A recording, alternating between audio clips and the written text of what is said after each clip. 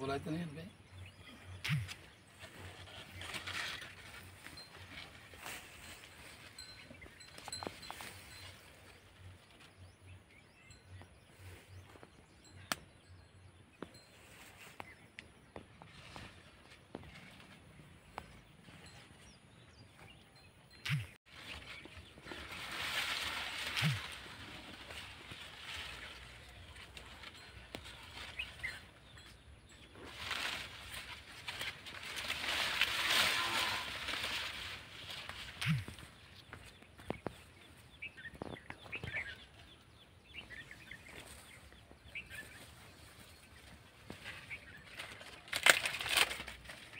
नमस्कार, मी रमेशचंद्र बापना, राहणार कुर्ले, तालुका पाचोरा, एक साधारण शेतकरी.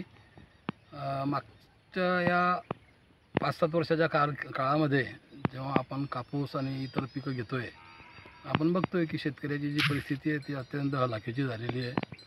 उत्पन्न दिवसेंदिवस कमी होतं आहे आणि त्यात भाव कमी, त्याच्यामुळे शेतकऱ्याच्या पदरात 2 पैसे कमी पडत आहे आणि तो पुन्हा अशा कर्जबाजारी होतो आहे. दरवर्षी एप्रिल मेमध्ये आपला एक कलमी कार्यक्रम असतो, जो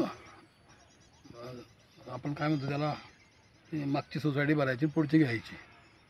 त्याच्यामध्ये आपल्याला फार काही आपल्या परिस्थितीमध्ये फरक पडला नाही आहे. या सगळ्या गोष्टींचा विचार करून मी वनशेतीकडे वळण्याचा विचार केला आणि हे करत असतानाच डोक्यात एक लक्षात आलं की जर आपण सुभाबूळ लावली तर आपल्याला 2 वर्षानंतर पैसे मिळतील.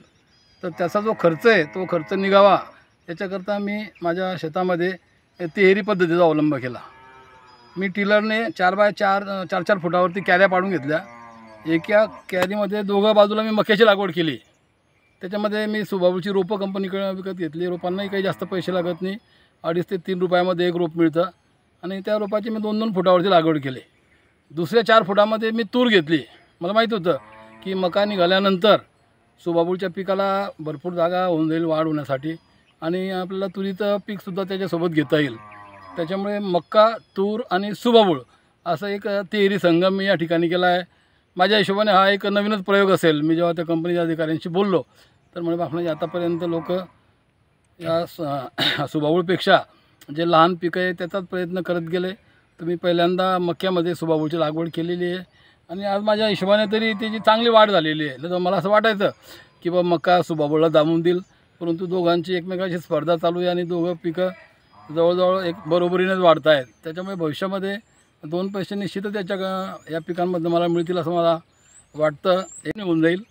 जर चांगले 2022-23 जर भाव मिळाला तर माझा जो काही शेतीला खर्च लागलेला आहे तो सर्व निघून जाईल आणि तूर आणि सुभाबूळ हे माझं नफ्यामध्ये राहील.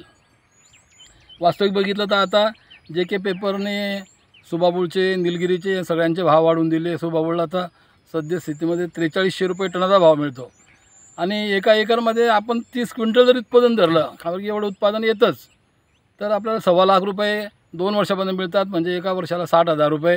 त्यातनं आपण जर 20,000 रुपये जरी खर्च धरला ठोकरं मानाने तरी आपल्याला 40,000 रुपयाचं एकरी उत्पन्न मिळतं. त्याच्यामुळे जे काही मोठे शेतकरी आहेत त्यांनी निदान आता कापूस वगैरे पिकांचा पिच्छा सोडून सुभाबूळची लागवड करावी असं याच्या निमित्ताने मी त्यांना आवाहन करतो. थांबतो.